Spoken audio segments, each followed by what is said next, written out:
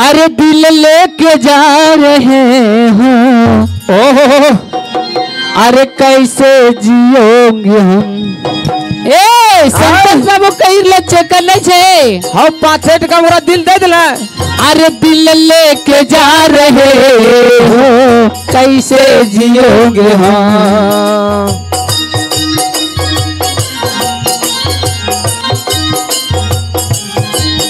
अरे दिल लेके जा रहे हो, हाय हाय कैसे जियोगे हम। ओहो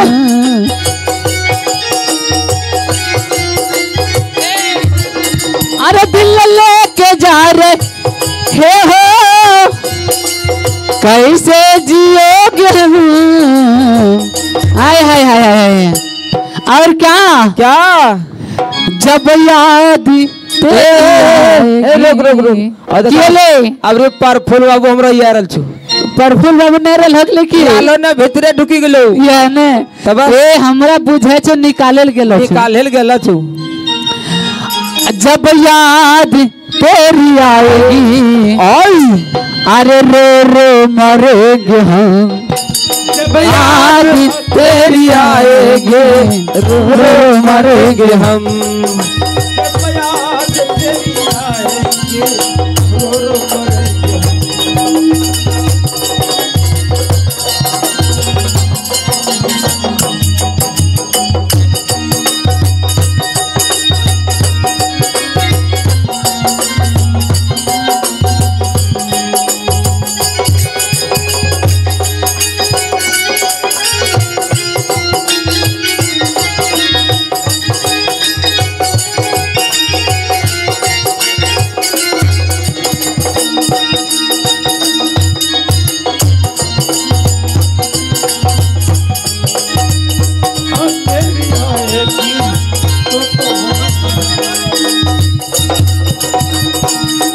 अरे पिंजड़ा बना है आप तो तोता बनोगे हम।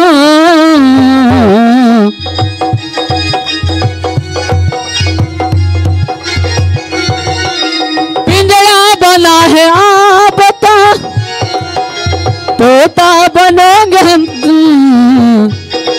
और पिंजड़े में बंद करी के पिंजड़े में बंद करी के रो रो मरेंगे हम।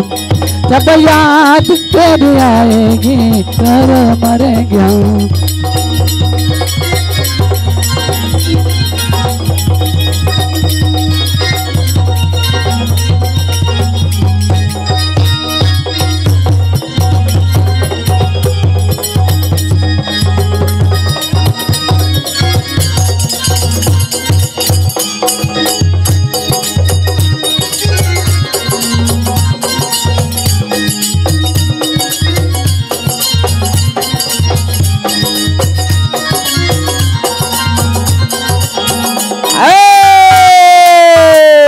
आए देखा अभी के आले आही के आए हमारे प्रफुल्ल बाबू के तरफ से।